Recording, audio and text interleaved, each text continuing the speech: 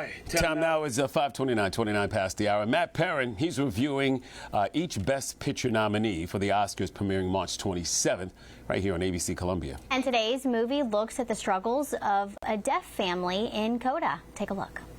Welcome to day 2 of the Oscars Overview, where we're counting down all the Best Picture nominees leading up to the 94th Annual Academy Awards, airing right here on ABC Columbia next Sunday, March 27th. With 10 nominees, there's a lot to be seen, but I've got you covered. Last year, The Sound of Metal dealt with a musician losing his hearing and having to decide what to do with his life. This year, we have a hearing member of a deaf family who wants to be a musician. In one of the 2 nominees that requires a little bit of reading, we get to see a new segment of the population and the tough decisions they have to make.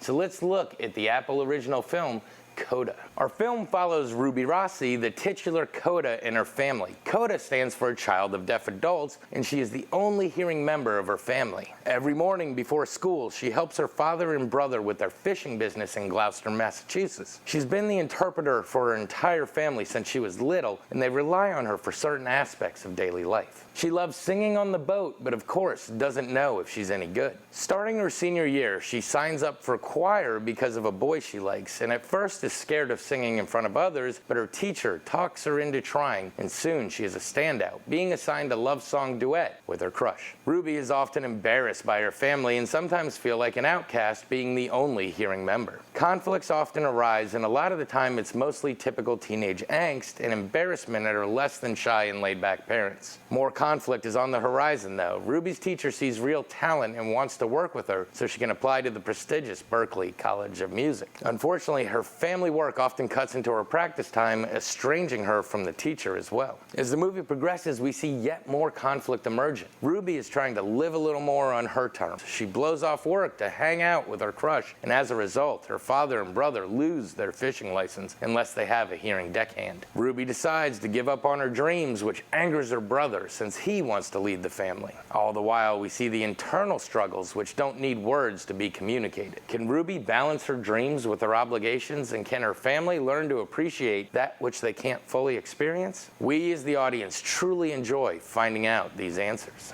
So, what to say about this one? First off, with this nominee, you get to have something you don't always get with the other nominees, and that is a great time all the way through. I don't even have to question saying this is my favorite movie of the 10.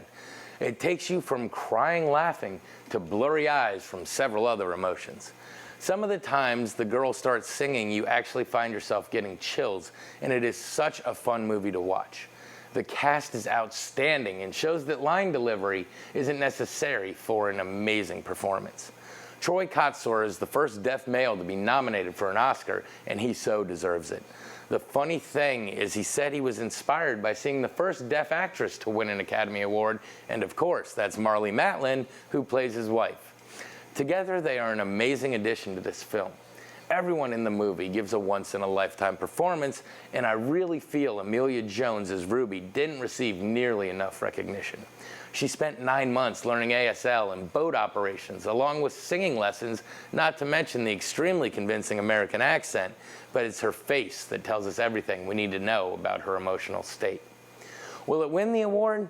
I think it's going to be tough, considering the power players it's up against, but it did set a record for Sundance Awards, and I obviously would never be more thrilled to be wrong. If you don't have access to Apple TV+, I definitely recommend catching it whenever it becomes available somewhere else. This has been the Oscars Overview. Come back tomorrow as we head to an expansive universe adapted from a novel that has been adapted before. And don't forget to tune into the awards next Sunday right here on ABC Columbia.